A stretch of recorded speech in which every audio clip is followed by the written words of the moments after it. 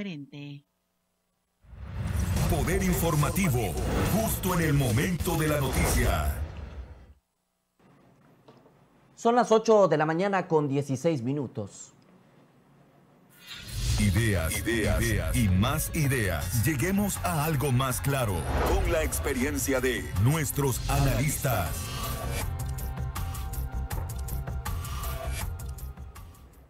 Y como todos los lunes, tenemos el gusto de escuchar el comentario de la licenciada Dolores Gutiérrez Zurita, a quien con mucha atención escuchamos. Licenciada, buenos días.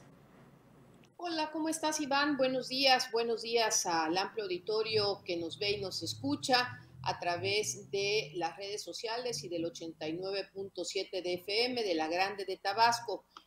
Iván, en este mundo en donde están pasando cosas terribles, no solamente a nivel local, como las has referido en los últimos minutos, llámese bloqueos carreteros, llámese este tipo de violencia familiar tan gravísima como la que se viralizó el día de ayer en las redes sociales, de la cual hablaremos más tarde, toda la situación de inestabilidad en materia de seguridad que vive el país, derramándose tanta sangre de inocentes en este fracasada estrategia de política pública del gobierno de López Obrador de abrazos no balazos, que lo tiene hincado materialmente ante el crimen organizado, gracias a que él así lo decidió. Eso hay que decírselo a la gente, esa política la decidió él. Y también, pues, lo que pasa a nivel mundial, puntualmente y sobre todo, pues, esta terrible guerra que está ocurriendo ya allá en Medio Oriente. Pero en el marco de todas estas cuestiones negativas, también climatológicas que están afectando al mundo, hay buenas noticias y hay buenas noticias que hay que compartir, que son alentadoras y esperanzadoras, justamente para el tema que me hizo concentrar mi comentario el día de hoy en ello. Y es el tema de la brecha económica, salarial, que persiste en el mundo entero entre hombres y mujeres, y que ya fue foco de atención de uno de los más prestigiados institutos para reconocer el trabajo que se está haciendo a fin de tratar de reducir esa brecha salarial, esa brecha económica entre hombres y mujeres. Claudia Goldin es una investigadora, economista, doctora en economía, que trabaja en las más prestigiadas universidades estadounidenses. Ella fue designada por la Academia Nobel de Suecia como la ganadora al Premio Nobel de Economía 2023 por sus investigaciones en materia de la brecha económica entre hombres y mujeres. A eso se ha dedicado Claudia Goldin durante toda su vida como investigadora, como académica, y ha estudiado la desigualdad económica, pero también ha propuesto políticas públicas para apoyar una mayor inclusión en las mujeres en la economía y que se logre el tan ansiado a trabajo igual, salario igual entre hombres y mujeres. ¿Qué ha planteado a lo largo de esta trayectoria que le ha hecho ahora ganar el Premio Nobel de Economía y que son asuntos y puntualizaciones y programas y estrategias que aquí en México pues no se han aplicado del todo y que no se le ha dado seguimiento para que puedan dar los resultados esperados? Bueno, la ahora recientemente designada ganadora del Premio Nobel de Economía, Claudia Goldin, propone que se dé educación de calidad para niñas y mujeres y que sobre todo las niñas y las mujeres tengan acceso a programas de capacitación. Al respecto, Iván, quiero comentarte a ti y al amplio auditorio de XCBX que en meses pasados tuve la oportunidad de participar en un foro internacional del colectivo 50+1 que tuvo lugar en Mérida, Yucatán, y ahí se nos presentó una estrategia exitosísima que ojalá se pudiera aplicar aquí en el estado de Tabasco, que lleva a cabo el gobierno de Yucatán, dadas las poderosísimas, las multimillonarias inversiones extranjeras que captan los yucatecos y que permiten que se asienten grandes industrias, sobre todo ahora con esta nueva cultura del nearshoring?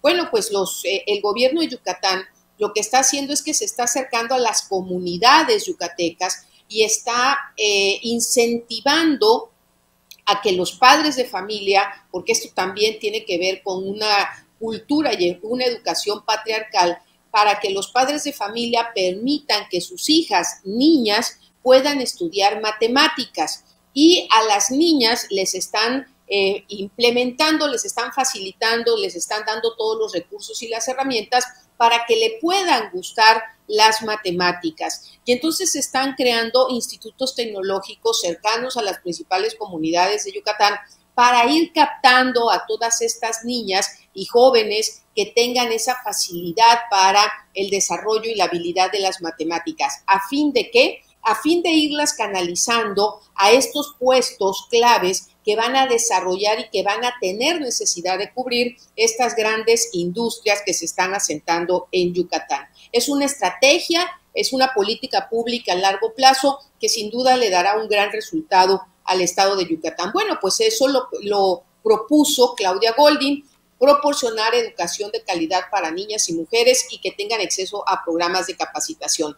También propone establecer programas flexibles de licencias parentales remuneradas que permitan a hombres y a mujeres combinar adecuadamente sus responsabilidades laborales y su actividad familiar. Es decir, que también los hombres puedan cumplir con estas obligaciones, sobre todo después del nacimiento de alguno de sus hijos. Promover opciones de trabajo con horarios flexibles y opciones de trabajo a distancia para permitir la reconciliación entre el trabajo y la vida familiar, y no como está ocurriendo actualmente, de que cada vez hay más distanciamiento de los padres con los hijos, porque los padres, mamá y papá, tienen que salir a trabajar desde muy temprano y regresan muy tarde, y o dejan con alguien que cuide a sus hijos, o simplemente es la televisión y a veces también las redes sociales quienes los, entre comillas, los cuidan, o algún familiar cercano.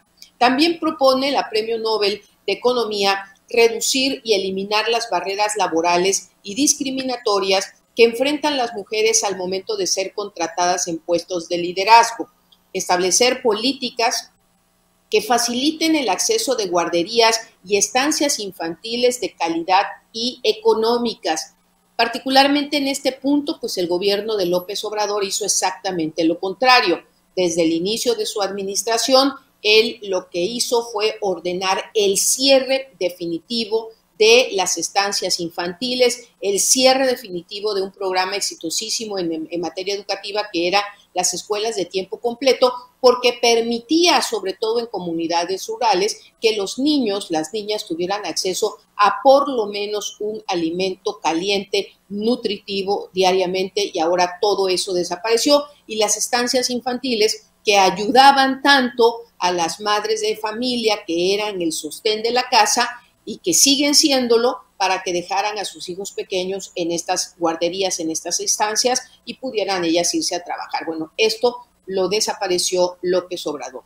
Crear programas de emprendimiento para fomentar la creación de empresas lideradas para mujeres. Solamente hay que recordar que en el tiempo de la mayor crisis del COVID, el presidente López Obrador decidió no apoyar a los empresarios micro, pequeños y medianos de México, porque él tiene la concepción equivocada de que en México todos los empresarios pues son macro empresarios, todos son Slim, todos son los dueños de Banco Azteca, todos son los dueños de Televisa, y que no necesitaban recursos. A diferencia de lo que hicieron otros países, que a los micro, a los pequeños y a los medianos empresarios de esos países les ayudaron a sortear la crisis del encierro en el COVID con financiamiento blando, con apoyos, con subsidios para que mantuvieran sus empleos, mantuvieran sus fuentes de ingreso. Eso no lo hizo López Obrador, y por lo tanto ahí durante este tiempo cerraron muchísimas pequeñas empresas, muchos emprendimientos que particularmente eran liderados por mujeres. Implementar políticas que reduzcan la brecha salarial entre hombres y mujeres. Este es un punto en el que ha fallado la administración federal de Morena, y ahorita lo vamos a ver. ¿Qué es lo importante de todo esto, Iván? Bueno, lo importante es, como lo decía al principio, que el foco mundial ya está puesto en esta gran diferencia, en esta brecha financiera que aún existe entre lo que gana un hombre y lo que gana una mujer a nivel nacional. Es decir, se reconoce la problemática, pero también se reconoce el trabajo académico, la investigación y las propuestas de una de sus principales investigadoras, como es Claudia Goldin. Caso México, rápidamente. Datos publicados por la revista Expansión con información oficial de la Encuesta Nacional de Ingresos y Gastos de los Hogares 2022 del INEGI indican que en 3 meses, escuchen bien, un hombre gana en México en promedio 10,204 pesos más que una mujer, lo que significa, insisto, que la presente administración federal pues ha fallado en la materia, porque el diferencial de ingresos entre hombres y mujer ha aumentado del 2020 al 2022 13%. Es decir, del 2020 al 2022, las mujeres en México ganamos 13% menos de lo que gana un hombre. En 2022, el ingreso promedio para las mexicanas fue de 19,081 pesos por trimestre, mientras que en el mismo lapso, el ingreso de los varones era de 29,285 pesos. Esta brecha salarial se acentúa según la edad, el nivel de escolaridad e incluso el número de hijos. Así, por ejemplo, el INEGI observó que en el grupo de edad de 50 a 59 años, una mujer ganaba en promedio 23,652 pesos, mientras que el hombre ingresaba 37,947 pesos. Pero si quien me escucha es una mujer con posgrado, que ha luchado toda su vida, que con mucho sacrificio tiene una maestría, tiene un doctorado, pues esto no significa que gane más. Y prueba de ello son los datos del INEGI. Por ejemplo, una mujer en México con un doctorado o con una maestría puede estar ganando hoy en día hasta 32,887 pesos menos que un hombre durante un trimestre.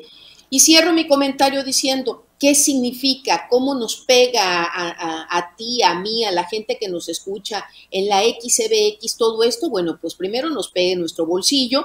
Las mujeres dedicamos más horas al trabajo fuera de casa, al trabajo en la casa, al cuidado de los hijos, al cuidado de los padres, y no tenemos una remuneración similar a la de los hombres que se la pasan en una oficina. Pero también esto ha creado en México, lamentablemente, una dependencia económica, es decir, también esta cultura machista que seguimos teniendo en México prohíbe aún, sobre todo en comunidades rurales, que las mujeres salgan a trabajar aunque tengan una gran necesidad en su hogar. Y entonces lo que ocurre es que la dependencia económica del hombre con el hombre es tal que tienen que aceptar, lamentablemente, que se den casos de violencia doméstica como el que presentaste hace unos minutos, Iván, porque no tienen a dónde irse, no tienen cómo decir basta ya de que me estés violentando a mí y a mis hijos, porque yo puedo sostener a mis hijos, tengo un trabajo estable, tengo educación y puedo salir adelante. Y entonces el miedo también se convierte en una cuestión que aferra y aterra a las mujeres afectadas por la violencia a continuar en este calvario de una vida en casa llena de agresiones, de violencia física, psicológica, económica hacia ella y hacia sus hijos, y suelen ocurrir casos como los que has presentado, pero en otros lamentablemente pueden llegar hasta el feminicidio de las madres de familia, porque no levantan la voz, porque tienen un gran temor de decir qué va a pasar conmigo y con mis hijos si él, el que me pega, es el que me mantiene o el que nos mantiene. Este es el tamaño del reto que tienen las siguientes administraciones estatal y federal en México. Hay que replantear las estrategias para tratar de que se reduzca esta brecha salarial que hay en nuestro país. Y termino mi comentario, Iván, diciendo, vi incluso en tus redes sociales la foto de la persona esta del violentador, presunto violentador de ayer en Cunduacán. Solamente lo dejo ahí, lo compartía con algunas amigas en redes sociales antes de entrar.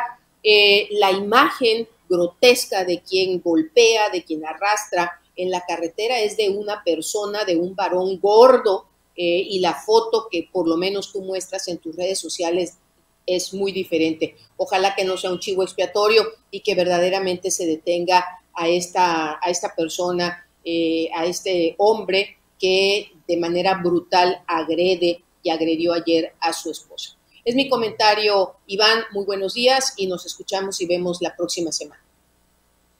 Dolores Gutiérrez Zurita, efectivamente sí hubo una confusión por ahí con el detenido. Lamentablemente la persona que agredió a esta mujer allá en el municipio de Cunduacán continúa libre. El sujeto que publicamos ayer, al menos en las redes sociales de un servidor, que después retiré, correspondía a otro caso similar. Pero bueno, desafortunadamente esta persona que agredió a una mujer allá en el ejido Rancho Nuevo continúa libre. Qué terrible. Vamos a hacer una pausa, es breve. Regresamos con más información a Poder Informativo a través de la Grande de Tabasco, 89.7 de su FM. Escuchas Grupo VX y su sistema integral de noticias en Poder Informativo.